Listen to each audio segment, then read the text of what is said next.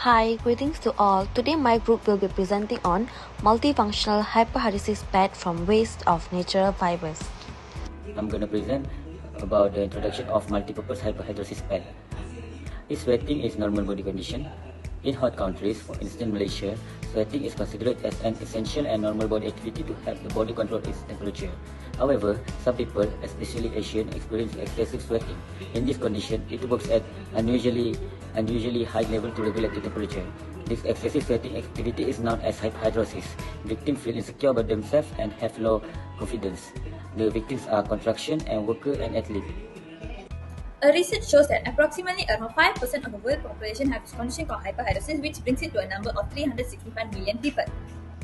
Hyperhidrosis affects a human life in four ways. First is psychological impact. According to Grosh, it stated that a person experiences more depressive symptoms compared to a normal person, which makes it a feeling of shame and lack of confidence. Next is physical. Affects a human's daily routine such as wearing clothes, hygiene, and running errands. So Krisha stated that a person with primary hyperhidrosis spends more time and energy in their personal hygiene. Next, moving forward, is social. Social impact affects a patient's social life that makes them difficult to have physical contact and personal relationship that can lead to lack of understanding. Last is medical impact. Austin et al. 2013 found that a patient with hyperhidrosis frequently experienced viruses that increase the risk of cutaneous disease with bacterial, fungal, and lethal infection. The objective of our project is to develop a multifunctional hyperhidrosis pad from the optimum parameter of the process. Secondly, it is to compare the efficiency of absorbency between banana fiber, bamboo fiber, and the combination of bamboo and banana fiber. So now I'll be explaining about the methodology. But firstly, I would like to explain about how the bamboo fiber is extracted. So first, the bamboo stem is sliced into half using a large knife, and then the stems are cut into smaller parts to obtain more fibers.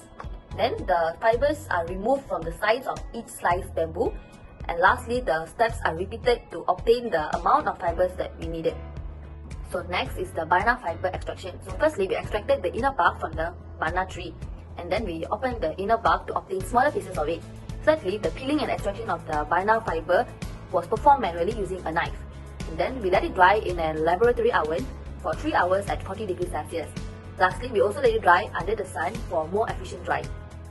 So now I'm going to explain about alkali treatment. Basically, natural fibers has a high content of cellulose, and these cellulose are usually hydrophobic, which is it cannot absorb water. So when we do the alkali treatment, the cellulose will become hydrophilic, where it is water attractive, and this means it can absorb the water well. So the following are the steps. Firstly, 6 beakers labeled with 1%, 3%, 5%, 7% and 9% of sodium hydroxide is prepared for both bamboo and banana. Then the sodium hydroxide pellets are also weighed precisely based on the concentration percentage and volume of distilled water. Then the pH value of sodium hydroxide for each concentration is measured. The fibers are soaked in sodium hydroxide for 1 week to soften the fibers. Then the fibers are rinsed with distilled water until pH of less than 7 is achieved. Moving on to the next step, we crush and grind the fibers using a grinder. Then it is dried under the sun. Later, we combine the banana and bamboo with the best concentration based on our analysis. Next, we sew the combined fibers in a gauze, and then the fibers are compressed. And lastly, we inserted the compressed fiber in our self-made cotton sweat pack.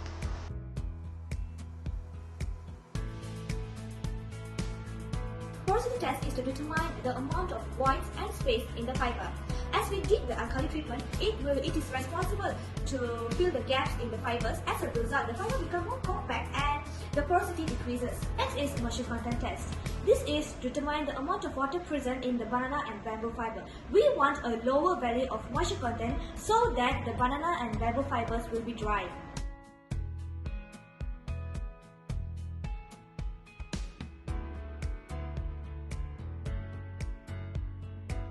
The absorbency test helps to determine the effectiveness of the material in absorbing moisture. When porosity and moisture content value is low, it will result in a higher absorbency rate, and that will make our multifunctional hyperhidrosis pad stronger.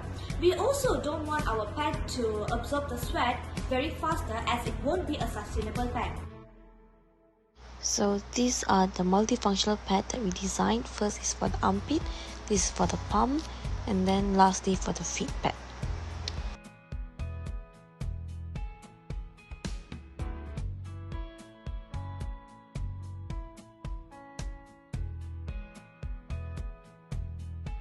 That's all from us. Thank you.